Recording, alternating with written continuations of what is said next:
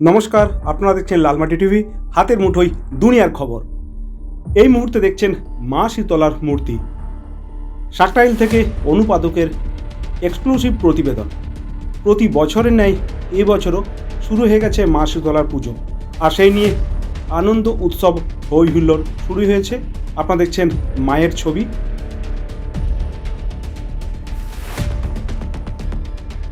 শুরু হয়েছে মায়ের পুজো। সকালেই হয়ে গেছে বসে আঁকো প্রতিযোগিতা। পুজো উপলক্ষে প্রতিদিনের থাকছে বিভিন্ন ধরনের উৎসব। আজ রাতে আছে মায়ের গান, অর্থাৎ মা শীতলার গান।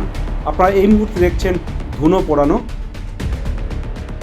যারা মানত করেন, অর্থাৎ মনস্কামনা পূরণের জন্য, অনেকে মানত করে থাকেন, সেই মানত পূরণের জন্য আপনারা দেখছেন ধুনো পোড়ানো।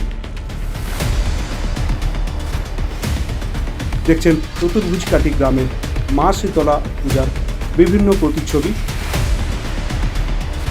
অনেকে মানত করে বিভিন্ন পূজার সামগ্রী, অর্থাৎ বাতাসা, মিষ্টান্ন ছড়িয়ে থাকেন ভক্তবৃন্দদের মাধ্যমে। তারই প্রতিচ্ছবি আপনারা দেখলেন। মায়ের পূজা উপলক্ষে প্রতিদিন থাকছে বিভিন্ন ধরনের সাংস্কৃতিক অনুষ্ঠান। মা শীতলার গান যেমন হবে তেমনই হবে বিভিন্ন সাংস্কৃতিক নৃত্যানুষ্ঠান, ও সঙ্গে থাকবে সঙ্গীতের অনুষ্ঠান শেষ দিন। এদিন সকালে শুরু হয়েছিল একেবারে বসে আঁকো প্রতিযোগিতা দিয়ে মায়ের পূজার শুভ সূচনা। প্রতি বছরের নয়, এবছরও হয়েছিল। বিভিন্ন ধরনের বিষয়ের উপর অঙ্কন প্রতিযোগিতা ছিল।